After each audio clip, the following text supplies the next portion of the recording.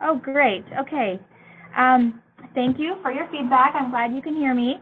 Hi, everybody. Welcome to the final Sex Ed Made Simple webinar of the 2019-2020 series.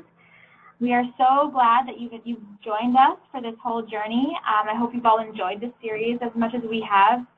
It's been a fun journey learning about teaching sex ed in classrooms from guest speakers throughout the year.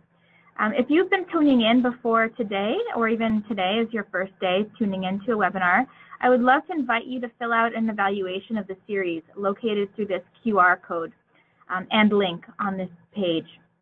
I'd love to hear from you, and especially if you have ideas for topics for future webinars. All right, let's get started. So, during the webinar today, we will accept questions in the chat window and weave them throughout. If we don't get to answering all of them, we will get back to you later with responses and resources. You will remain muted for this webinar. Just a reminder that this webinar is also being recorded and will be available on the Oregon Educator Network Sex Ed site. Following the QR code on this slide will get you to that site, or you can go to www.oregonednet.org/groups/sex-ed. Likewise, if this webinar gives you an interest in beginning further conversations with your colleagues across the state, please visit the discussion forum page on that site where we can all continue the conversation.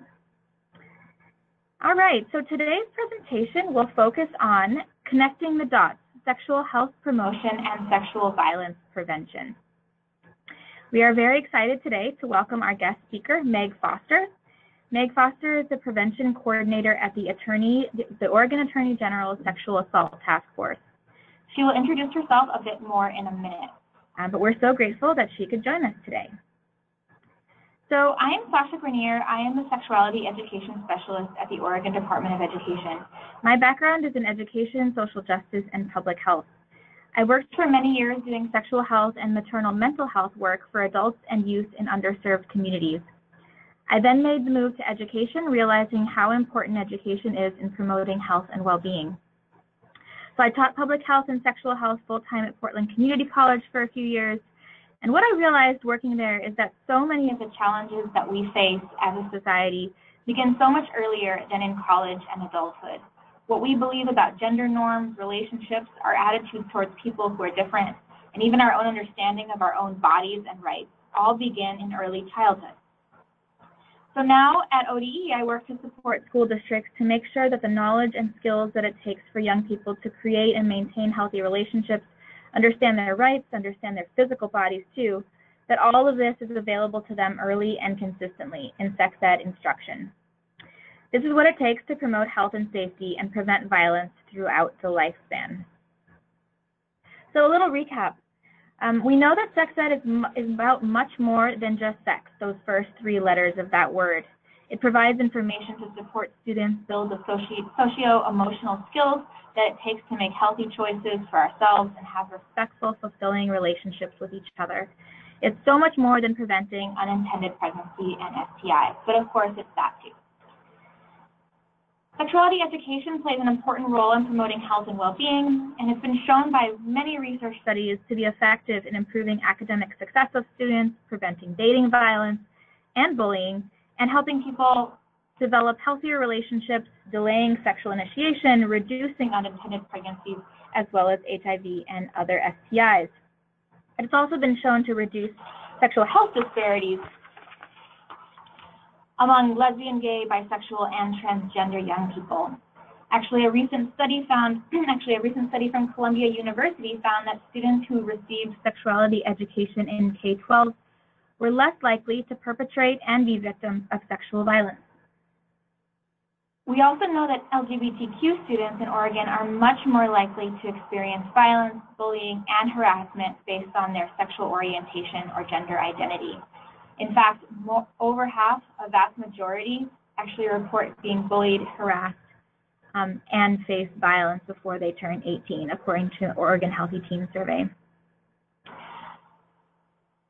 As this has a huge psychological impact also on these students, demonstrated by our unfortunate numbers of attempted suicides each year in Oregon. Out of all attempted suicides in the state, as reported by the Oregon Healthy Teen Survey again, Over 80% of those attempts are by LGBT students. That's over 63% by transgender students, and the remainder, so 33%, by students who identify as lesbian, gay, or bisexual. So when we start talking about suicide prevention and mental health, we really also need to be talking about sex ed. So research shows that schools that teach inclusive sex ed have less violence and better mental health outcomes among LGBT students. So what does Oregon sex ed law say about preventing violence and sexual harassment? What are school districts required to do? Well, we already know that in Oregon, all public K-12 schools must teach sexuality education every year from K-12, following the state school board approved standards and performance indicators. The law and subsequent standards do specify that instruction must be inclusive of all students and focused on the prevention of sexual violence, child abuse, and harassment. You see on this slide some major takeaways from the law, including an age-appropriate point, but also the bottom section is highlighting these key messages of what needs to be included in the instruction, right? And these are all core to violence prevention. Normalizing behaviors, respect, empathy, consent, responding to attitudes and behaviors which contribute to sexual violence, and all of these other topics are clearly delineated in Oregon standards and performance indicators. So how does this all work? How does sexual violence prevention actually look in our classrooms, school buildings, and communities? I'll hand it over to Meg now to get into this.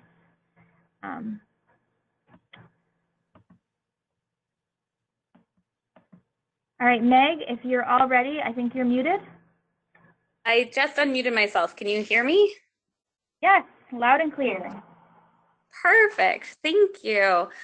Sorry for the delay getting on, but thank you for priming everyone talking about violence prevention and sexual violence prevention in particular.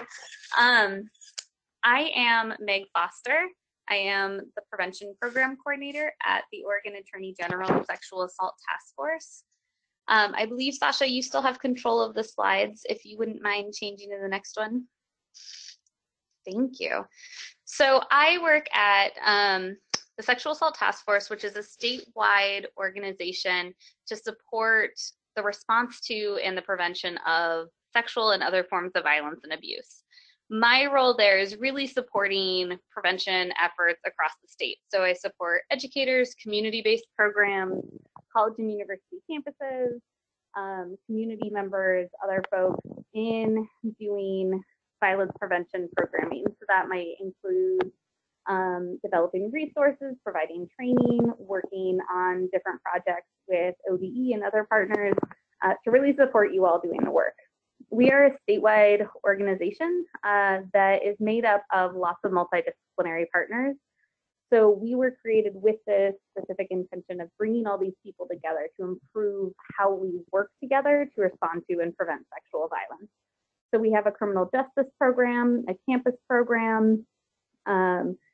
We train sexual assault forensic nurses across the state, people who do sexual assault forensic exams. So we do a lot of different work. My work, although in particular, is focused on prevention. If you wouldn't mind, Sasha, going to the next slide. Thank you. I know this is a little bit awkward. I like to start all of my conversations about violence and abuse and talking about how violence and abuse are preventable, and we each have a role and responsibility in preventing it. Oh, we skipped ahead. Well, we all have a role. And our roles might be different. They might change over time. They might change moment to moment.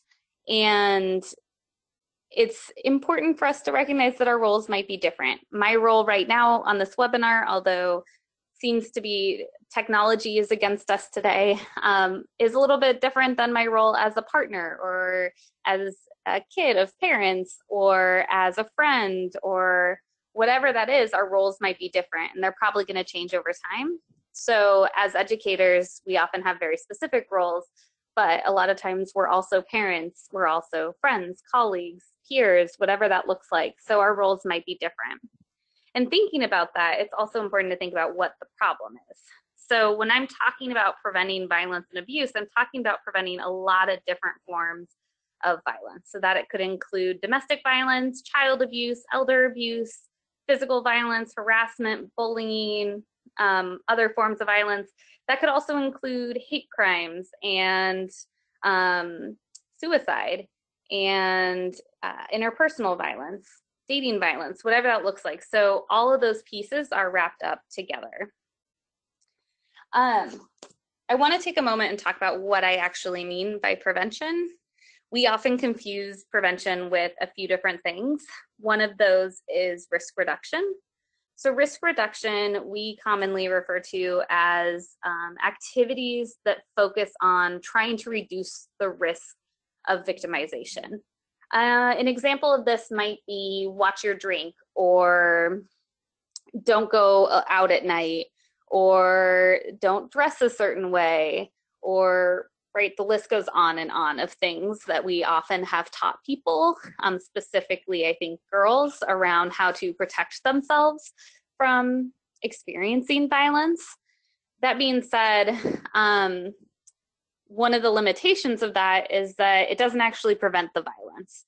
I could do all the things, all the recommendations. I could never leave my house. I could never talk to anyone. And that doesn't actually eliminate my risk of experiencing sexual violence. What does eliminate my risk is if someone doesn't perpetrate sexual violence against me. So although there are limitations of risk reduction, sometimes it might feel really empowering or easier to wrap our heads around. And so it makes sense that people focus on risk reduction. Another thing that we often confuse with prevention is public awareness. So this is activities that help raise awareness about the issue or the problem. So a good example of this might be posters, hanging posters up around. It might be having an assembly where we talk about the issue, things like that. These are really important to raise awareness of the issue, but also to raise awareness of what resources are available, who trusted adults are that people can talk to if they've experienced something. The challenge here again is that it doesn't actually provide the tools or the resources commonly to prevent violence from happening in the first place, which is where we get into primary prevention. So these are efforts that focus on changing the norms, the structures, the factors, all the things that exist that support the violence happening, that reinforce the violence happening. And the goal is to prevent this violence from ever happening in the first place by addressing those supports of violence in our society. Another way of thinking about this is using the moving upstream example. This is used pretty commonly in public health, but it originally comes from traditional tribal nation stories. And they offer us this idea of moving upstream. So I want you to take a moment and imagine it's a beautiful day wherever you are in the state of Oregon, or maybe some of you are outside of the state of Oregon. Imagine that you're having a picnic. It's a beautiful day, you're enjoying yourselves, you're with some friends, family members, colleagues, whoever you want to be having a picnic with right now. And you're laughing, you're enjoying yourself, and all of a sudden you hear screaming. You and your friends, your colleagues, your family members, whoever it is, you run to the banks of the river and you see that there's a person in the river and they're drowning. So you jump in, you swim over to this person, you all pull them safely to shore, you're catching your breath, and you say, I can't believe that just happened. And all of a sudden you hear more screaming. And so you jump back in the river and you pull another person out, and then there's more screaming, and you pull another person out, and there's more screaming, and this goes on and on and on. All day you're jumping in and you're pulling people out of the river. After hours of doing this, one of your friends, your family members, your colleagues, whoever you're with, decides to walk away. And you say, what are you doing? There are people trapped in this river. They're drowning. We have to help them. And they say, I'm going upstream to figure out why people keep ending up in the river in the first place. That's what we're talking about when we're talking about actually preventing the violence. It's to go upstream and see what is causing people to end up in the river in the first place. So let's actually take a moment and imagine that it's you who went upstream. And what you found when you went upstream is that there are these series of bridges in various states of disrepair. It's easy to see that the bridges that are in greater states of disrepair are the ones where people keep ending up in the river. So if we focus our attention there, if we reinforce those bridges, more people are going to make it more safely across the river. We also have to think about who has access to which bridges. We have to think about who even knows which bridges exist. What are the barriers to accessing different bridges? Are there tolls on safer bridges? Is it a really long way around that people can't actually cross those safer bridges because of time? Whatever those barriers are, whatever those things are that are making it harder for people to make it safely across the river.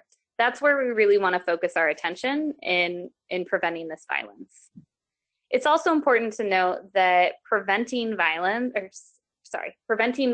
and abuse requires a comprehensive approach. And so we need to address the root causes of violence, those barriers that we are experiencing, and we also need to promote what is healthy. Sasha, if you don't mind going forward 2 slides. Thank you. And this is where we get back to this piece of sexual health promotion is sexual violence prevention. We have to address those root causes, but it's not enough to tell people what not to do. We have to replace that with what we want them to do. And this is where sex ed comes in as a really critical tool of violence prevention education. I know Sasha introduced you all have spent many webinars now talking about the different laws and policies that support violence prevention and sex ed in Oregon. And we wanted to take a moment and just think about how all of these pieces fit together. So there are various state plans with different goals to prevent sexual violence, that's the purple circle, promote sexual health and sex ed, and that's the gray circle, and then prevent child sex abuse and just more broadly child abuse. So when we started to map what this work looks like here in Oregon currently, there's a lot of overlap between this work. So when you're doing comprehensive sex ed, you are having an impact on not only sexual violence or child sex abuse, but all those different forms of violence we mentioned at the beginning. If you're doing sexual violence prevention, you're having an impact on healthy sexuality and sex ed. So it's important that we're thinking about all of these pieces as tools working towards similar goals. That being said, there are still some things that are commonly being done in different sectors currently. So although there's a lot of overlap, currently, for example, a lot of violence prevention efforts in our state are not working to reduce the rates of unintended pregnancy, for example.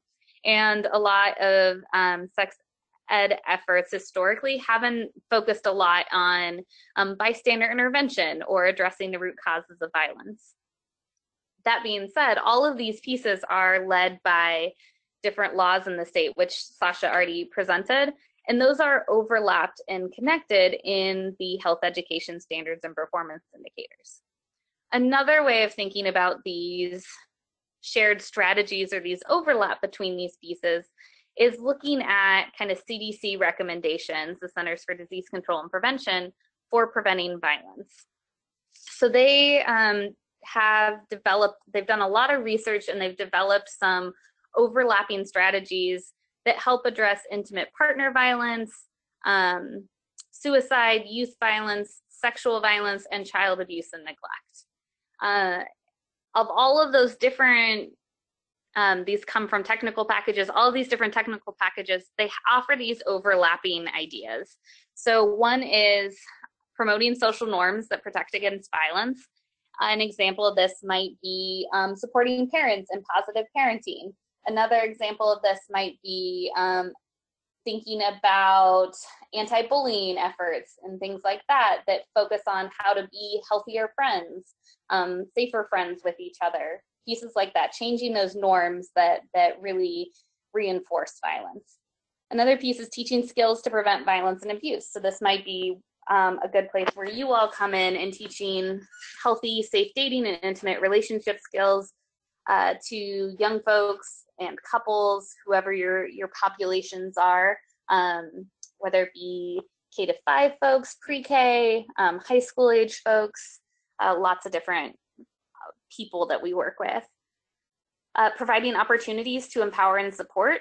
What are those opportunities in our school settings that we can support youth leadership and girls leadership and queer straight alliances and other things like that that support leadership and activities, but also are a tool in one of those shared strategies working to prevent all those different forms of violence, including suicide and child abuse. Creating protective environments. What are our school policies? What are the places in our schools that are safer, unsafer, all of those pieces. And then supporting victims and survivors to increase safety and lessen harms. So this might be your roles as educators in terms of mandatory reporting and Title IX responsible employee requirements. This can also be connecting people to experts in your communities who are trained in and informed about navigating trauma and supporting that navigation. So there's a lot of different strategies that folks can connect to folks. And for our prevention efforts, those primary, those moving upstream, addressing those root causes, promoting what is healthy efforts, to be really effective, we have to have good response systems in place as well. Because what we know about is as we talk about what is healthy, oftentimes people will identify that they've had unhealthy experiences. Similarly, as we talk about what is unhealthy, what violence might look like, the likelihood that people are going to disclose experiences with violence increases. So we want to think about our response systems. What are those pieces tied to the Healthy Teen Relationship Act or those pieces tied to Aaron's Law that help us as a school improve our practices to respond to those disclosures, because they're going to happen when we're doing health promotion and violence prevention. I believe, Sasha, you already touched on the policy framework that really guides this, but just as a reminder, the Healthy Teen Relationship Act was passed in 2013 and requires teen dating violence prevention 7th through 12th grade. It also has that piece about response that it requires schools to identify a specific person who is responsible for responding to disclosures of teen dating violence. And so I don't know how many of you know who that person is in your school or if your school has a person, but that might be a good question to ask when school's back in session in the fall. Aaron's Law, of course, requires 4 sessions every single year, kindergarten through 12th grade, on child abuse prevention. And again, I want to go back to addressing those root causes and promoting what is healthy. I think a lot of times initially when folks saw Aaron's Law, they thought that meant that they needed to go into or work with young people every single school year and talk about child sex abuse, which is not prevention, that's awareness raising. Not that we shouldn't talk about what violence looks like at any of those points, but we really want to be talking about promoting what is healthy, shifting those norms, and addressing those root causes if we really want to prevent child sex abuse. So that's where we see that the law having certain directive and that being really operationalized in a thoughtful way in the updated health education standards and performance indicators. And of course, at the bottom there is the 2009 comprehensive sex ed law, which requires every school, of course, to have a plan of instruction. I know Sasha's going to talk about that a little bit more in a moment. Sasha, while we're on the topic of these laws, I'm curious, do you know if the update to Aaron's Law passed with the requirements around human trafficking? No, so they were kind of did not move past one of the education committees. So that's where it is now, and at this point we can expect all things in this session to have died and perhaps moved on to next session, but no, it didn't. Great, thank you for that update. I wasn't totally tracking it as of late. But there was a proposal in this legislative session to add human trafficking to all the pieces of Erin's law and our health education. And so that might be something to keep an eye on for our extended learning and ongoing learning in those pieces in the future, of just thinking about what it might look like, because I imagine it will come back up at some point in our state. So all of these laws come together, and they, among many others, and they informed the standards and performance indicators that I know you all have looked at in the past, but inform what this looks like. I've had a lot of people, a lot of educators across the state really try and wrap their heads around the sex ed standards and also what violence prevention means. So I wanted to share a couple examples of what violence prevention really looks like in these standards and performance indicators. One piece that I think I commonly hear is in, I believe starting in kindergarten, we're asking people to teach anatomically correct names for body parts. And in my experience working with educators, that's one that a lot of K to second grade folks in particular have really had a hard time wrapping their heads around at times. And other folks, of course, have not had challenges, and there's everywhere in between. But I really think that's an important piece to think about as a violence prevention principle. I think a lot of us see that as a sex ed principle, but actually when the standards were created and updated, that was intentionally put in there as a violence prevention principle because we wanted people to be able to access help and talk about their experiences and be able to name their body parts. And so by giving kids accurate information, they actually are better equipped to access help. I've also seen some studies in the last several months that actually have shown that young people, when they have that language, when they have language that's medically accurate, anatomically correct, that they're actually being targeted less by predators, because there's this assumption that they have open communication and access to trusted adults. So I think there's some interesting developing data around the implications of that from a violence prevention perspective. These are also some examples. Recognize that everyone has the right to say who touches their body, when, and how. Describe the intersections of varied identities, including gender, race, ethnicity, sexual orientation, ability, etc. And I recognize that that one, I think feels really abstract as someone who's read a lot of different curricula over the years. That's one that I've never seen represented in different curriculum, sex ed, violence prevention, other places. So I think that performance indicators like that are ones that we're going to have to figure out more about how to better support and what that actually looks like in different grade levels. Identify healthy ways to express needs, wants, and feelings as a kindergarten one. Demonstrate effective skills to negotiate agreements about the use of technology in relationships. I know that when the standards and performance indicators were being updated, there were a lot of educators who were continuously identifying that technology is becoming a harder thing for young folks to navigate, or that we as educators are getting more questions about that. So we wanted to see what that could look like to incorporate in there. Demonstrate effective ways to communicate personal boundaries and show respect for the boundaries of others. And advocate for school policies that promote healthy relationships with dignity and respect for all in a safe and inclusive environment. All of these are violence prevention principles within the standards. If we're thinking about that moving upstream piece again, there's like promoting what's healthy. What are healthy ways to express needs, wants, and feelings? What are, the recognize everyone has the right to say who touches their body, when, and how. These are all about promoting what is healthy. Some of these other ones about advocating for school policy change, effective communication, effective skills to negotiate agreements about the use of technology. All of those pieces are about promoting what's healthy, but they're also addressing some of those root causes that support the violence.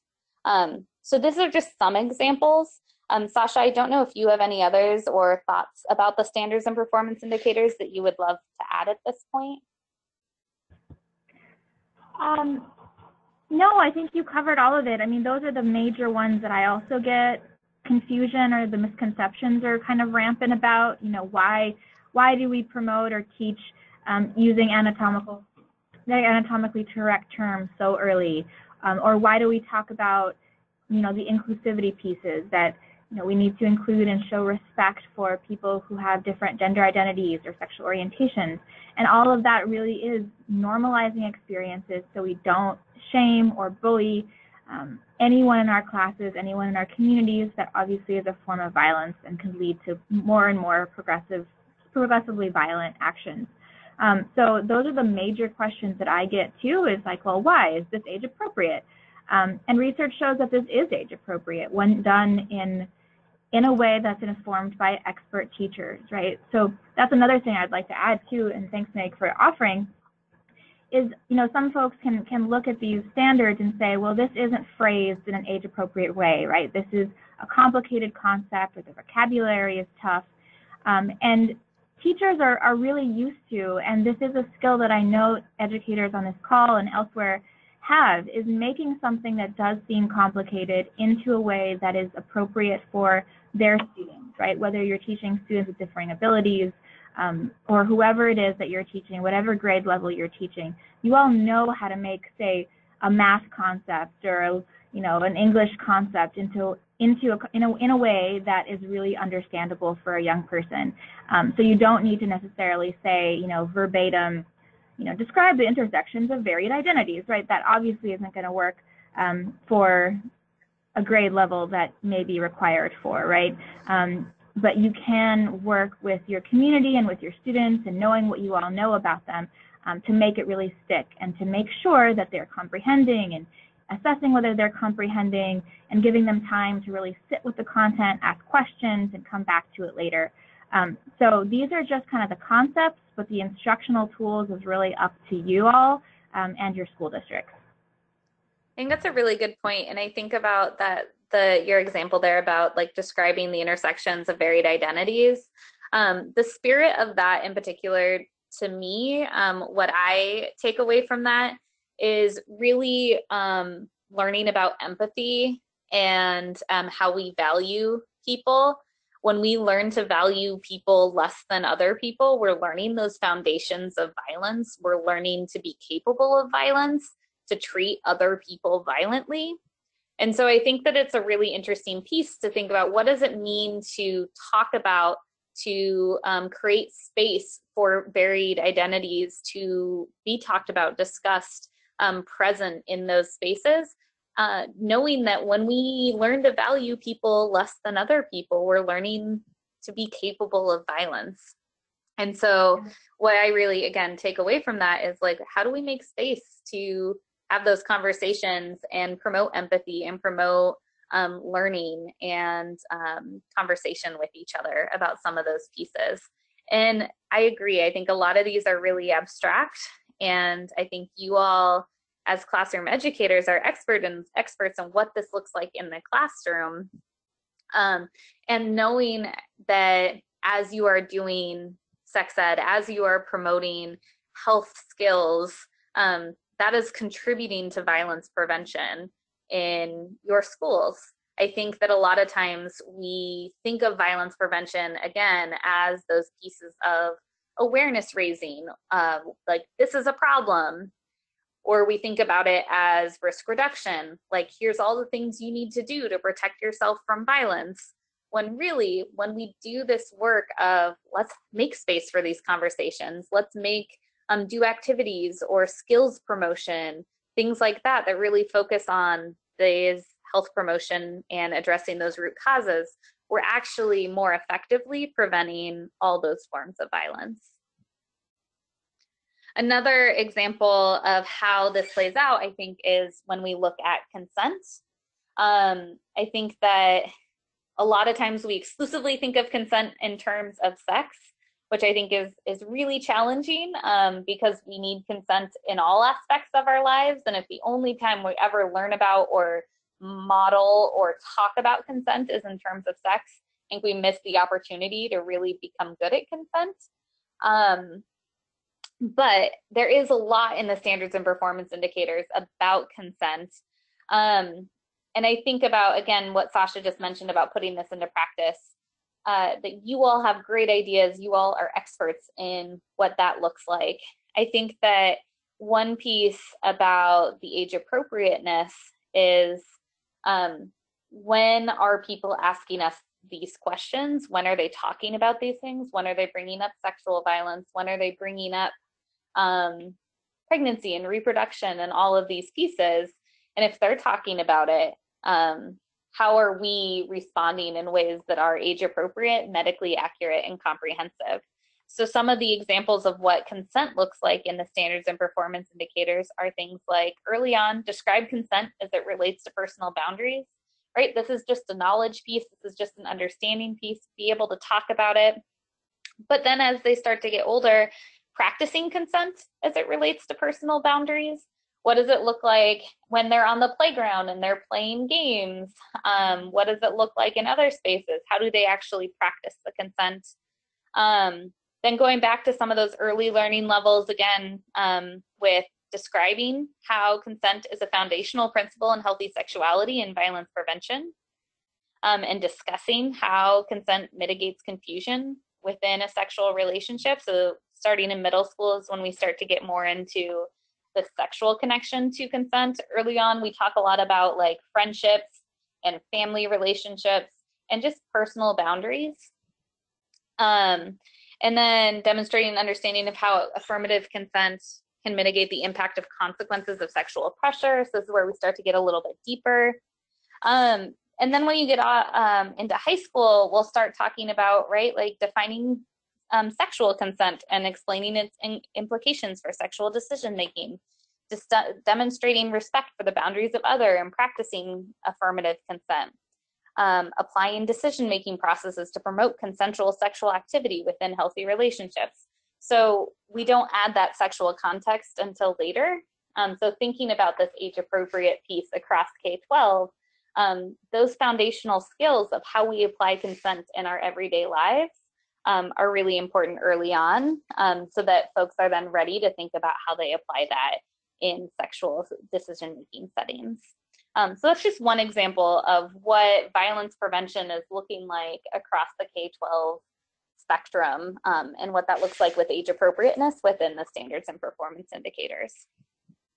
Across Oregon, we have a lot of different folks doing violence prevention and sex ed. This includes teachers in the classroom. This includes partnering with local domestic and sexual violence agencies who have prevention programs, child abuse prevention organizations, public health, lots of different partners who are experts in this work. At this point, there isn't an example of a county that is 100% comprehensive, in compliance, doing like a perfect job. I think that a lot of this work is reflective and needs to be reflective of different communities and the unique needs that they have, and what it looks like to take these standards and performance indicators, knowing that they're rooted in preventing violence in our communities, which is a pervasive problem across Oregon. Recent research shows that at least 1 in 3 women experience sexual violence in their lifetime. Some recent research showed that like 1 in 2 women in Oregon, 1 in 6 men experience sexual abuse before the age of 18.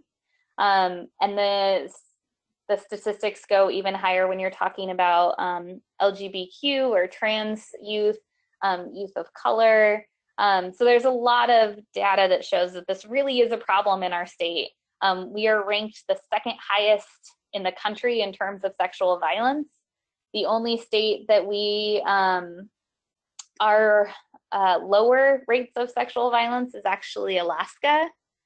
I think a lot of times people think that it might be, I don't know, somewhere where people don't have, where it's really hot, so people wear less clothing. I don't know.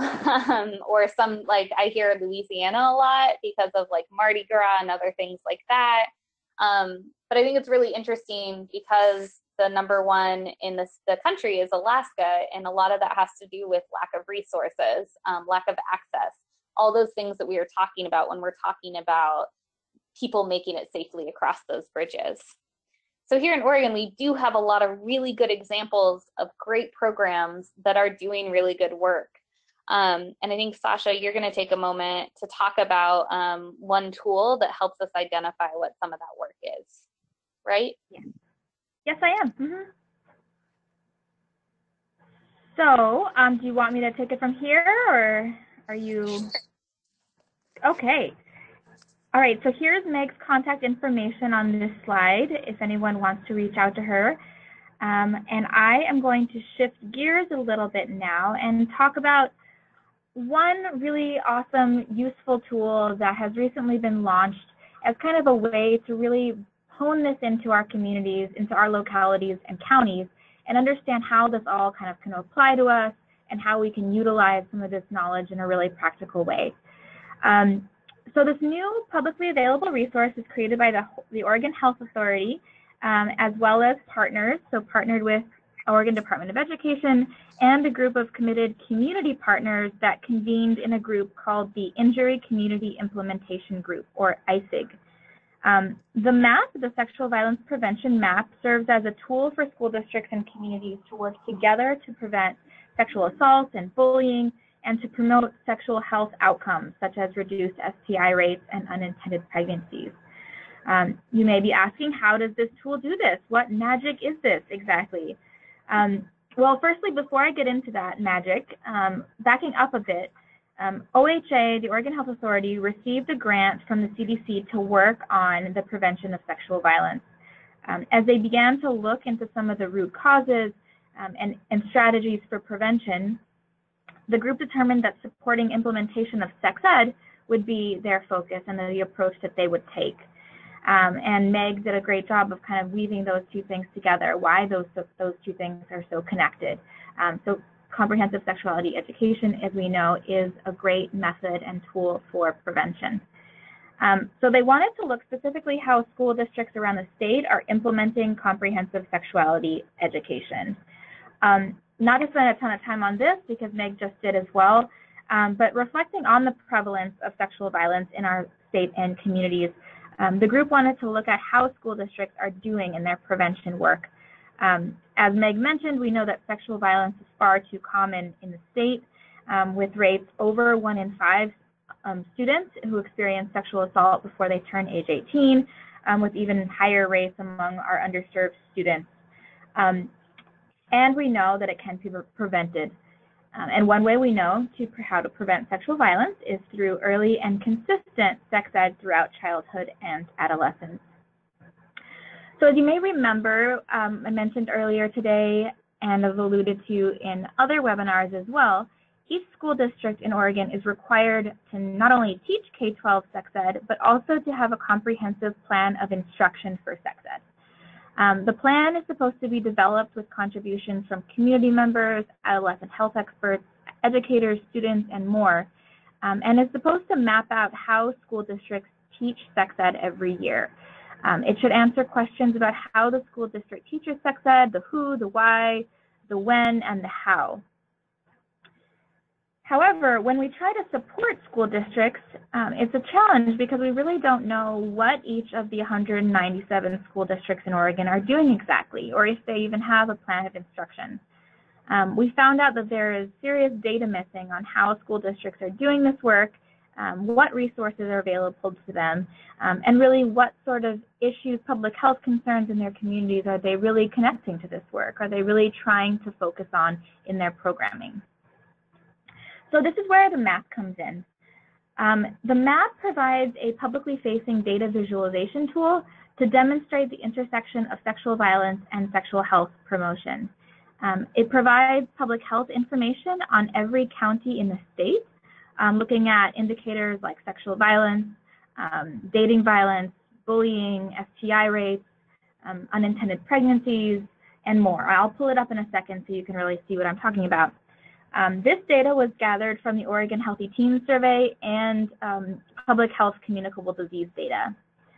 So the map does that, right? One thing, it shows a lot of public health indicators and outcomes across the state by county. The map also overlays school district data on whether or not they have a sex ed plan of instruction. So this information was gathered from a survey from 2017 that was sent to school administrators, basically asking that question. Do you have a comprehensive plan of instruction for sex ed? If you do, great. And what are the major challenges that you experience in implementing this plan? We heard from a lot of school districts across the state, not as many as we would like, but we did hear from about 30% of school districts, and about half of those or so said that they did have a comprehensive plan of instruction for sex ed. They also reported that some of the challenges that they face in implementing sex ed are things like lack of curriculum that teaches to all the standards, lack of teacher training, and of course, lack of funding and resources. So that's the second thing that the map shows. So first, public health data and outcomes. Second, school district presence of a plan of instruction. And the last thing that the map actually provides is a list of community organizations that can help both prevent and respond to sexual violence in schools and in communities. So it provides kind of three major prongs, right? Looking at challenges, public health outcomes, what's happening in schools, and then ways that we can actually bridge that gap with community resources and other information that may help us. So let's take a look at the map. Let's see if this works. It does, hooray. I think. Yes. All right, so this is kind of the front page of the map here. You can see there's some front matter here, but when you scroll down and you see these are the different public health indicators that you can actually piece the map into. So I'm just going to click on one of these. I'm clicking on teen dating violence here. And you can see throughout the state, again, this is results from the Oregon Healthy Teens data, the Oregon Healthy Teens survey, demonstrating how many teens in these different counties have reported experiencing, I'm quoting from the survey right here, during the past 12 months, did your boyfriend or girlfriend ever hit, slap, or physically hurt you on purpose? So the results of that came back that, quite a variety of responses throughout the state. For example, Douglas County here has 8% of of 11th grade students responded affirmatively to that question. Or looking at Tillamook County, about 4% of 11th graders answered affirmatively to that question. You can do that same thing for other indicators. So we could look at sexual coercion among 11th grade Oregonian teens. Again, let's just pick a county, not to pick on counties, but just giving you an example. Lincoln County has a 16% rate of students that answered the question, have you ever given in to sexual activity when you didn't want to because of pressure, affirmatively? So 16% there. But then you look at it at a county like Polk County, and it's down to 6.7%. So you see every county, every community has a different array of challenges that they want to and should focus on. So that's one major functionality of this tool, is really engaging communities and counties to see what specifically should we focus on as a community in our area. What are the major challenges, whether it's STIs or teen dating violence, so we can frame our education and sex ed plans around that. Tasha, can I add real quick comment? Of course.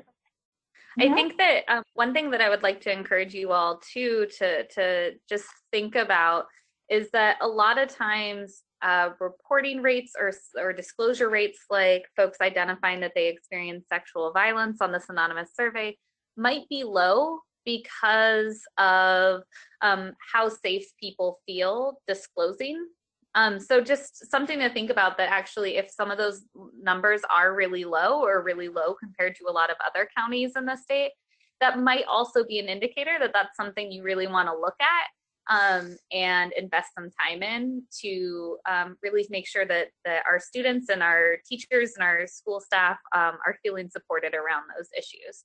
So sometimes I think it's just helpful to think about it in both ways or multiple ways as we think about our priorities. Thanks, Sasha.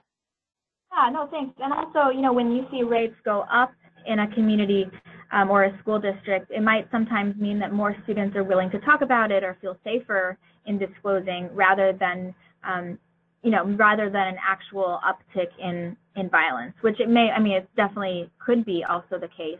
But sometimes we fear those numbers going up when sometimes that means that, hey, they feel safer to talk about it, and that might be a good thing. So the final, or not the final, but the next piece that I wanted to show you all on the map is broken down by school district instead of county, and it shows their responses to that 2017 survey that I mentioned as to whether or not they have a comprehensive plan of instruction or not.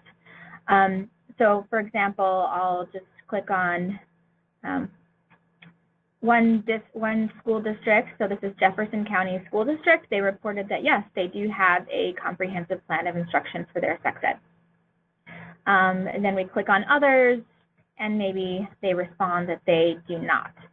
However, the yellow here, the lighter yellow, both represents that they responded no to the survey or they didn't respond. So we do acknowledge that we need to be trying again with the survey to reach out to more folks, because we want to make sure that those people who do have a plan are able to respond to the survey, and this just didn't get, you know, lost in their email inboxes or something. So that's the yellow color does mean both of those things. And then at the very bottom of this mapping tool, sorry, the wrong thing here, are the resources that I mentioned as well. So we have resources separated categorically from sexual violence and domestic violence response by county. So if you click on any county, you can see all the resources that are available to school districts, educators, students that could help both implement prevention and could help with response. Actually, sorry, this section is just for supporting school districts and community members in understanding appropriate response strategies. So this is a list of those. I just wanted to add, a lot of those folks might be doing prevention as well, but we didn't have as clear of system in place to survey what that looked like at the time. So it's worth having a conversation with a lot of those partners as well to see how they might be able to support your prevention efforts too. Yeah. Sorry for the interruption. Definitely. Thanks. No, of course, thank you. And then this other section on sexual health services that are available in different counties. So this is just to remind you that you're not alone in whatever role that you're playing, that wherever you are, there are partners that can help you with the things that seem tougher for you, whether it's professional development, whether it's reaching out to a confidential advocate. There are places and resources that do similar work and are definitely there to support. So that's what this section does or provides for folks using the map.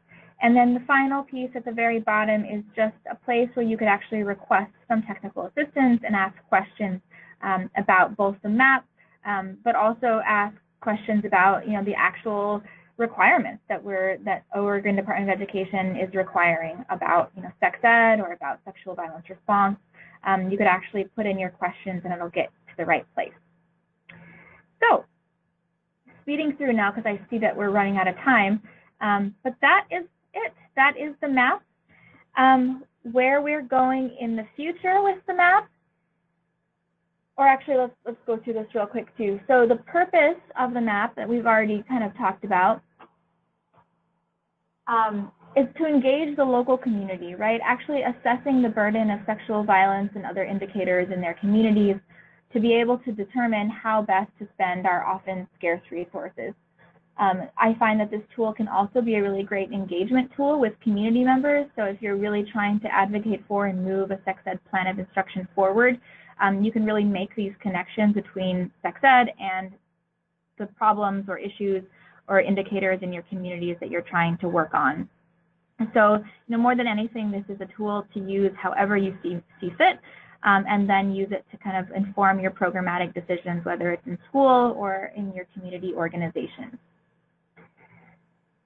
So where are we going with this map from here?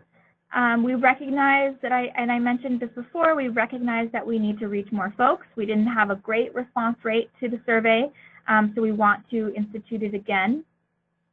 We also are preparing other resources for school districts so that they can use this information and actually train their teachers and have curricula that they can implement with all of those major challenges that they had cited. Really working on resources and guidance documents that will help them bridge that gap. So stay tuned and keep on looking at the website, the OregonEdNet.org/group/sexed site for these resources that we are continuing to develop. We recognize that school districts need things like a template for a plan of instruction or a teacher's guide on how to teach sex ed and trainings, as well as curriculum and instructional resources. So we're working on those, and we also welcome any feedback for any other ideas that you really, really need to move forward. We're listening, and we really want to support with this mapping tool. Other ideas for the future of this map is to actually include other indicators, such as socioeconomic data, social determinants of health, and other local policies. Like, what else can we put on this map that can really better inform the state of our counties and school districts so that we can improve? So we're looking at all that and hopefully have a version 2.0 in the near future that will help you all even more. So that is all we have for today, and we are right on time, which is great. Are there any questions that anyone has that they want to write into the question box or the chat box for either Meg or I to address before we sign off?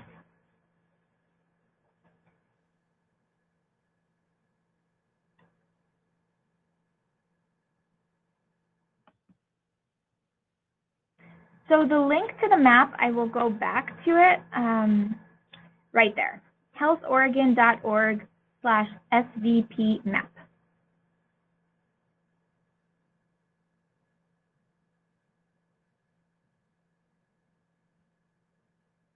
Meg, did you want to add anything about the map or any sort of use you've found for it yet or questions you've gotten about it? Sure. I think in the same way that we have worked to align sexual violence prevention and sexual health promotion here in Oregon, knowing that health promotion, sex ed, is a critical part of violence prevention, one of the things that I really like about the map is it helps us see a broader picture about the impact of our work. When we provide comprehensive, medically accurate, age-appropriate information to folks, we're not only impacting whether or not they have good sex in their life, we're impacting all of those other variables that are shared on that map and other places. And so it really, I really like it to help me think about all the different ways that our work is promoting healthier and safer communities for kids and for adults and future adults throughout our state. So that's one of the things that I really like about it. Yeah, it really demonstrates in an easy way to understand that, sex ed, and I said this earlier, is so much more than preventing unintended pregnancies and preventing STIs. It's all the things that are listed on that map: preventing bullying, preventing teen dating violence, preventing coercion, all of those pieces, in addition to kind of the STIs and more traditional messaging that we have about sex ed. So I totally agree. I found it really useful for that reason too.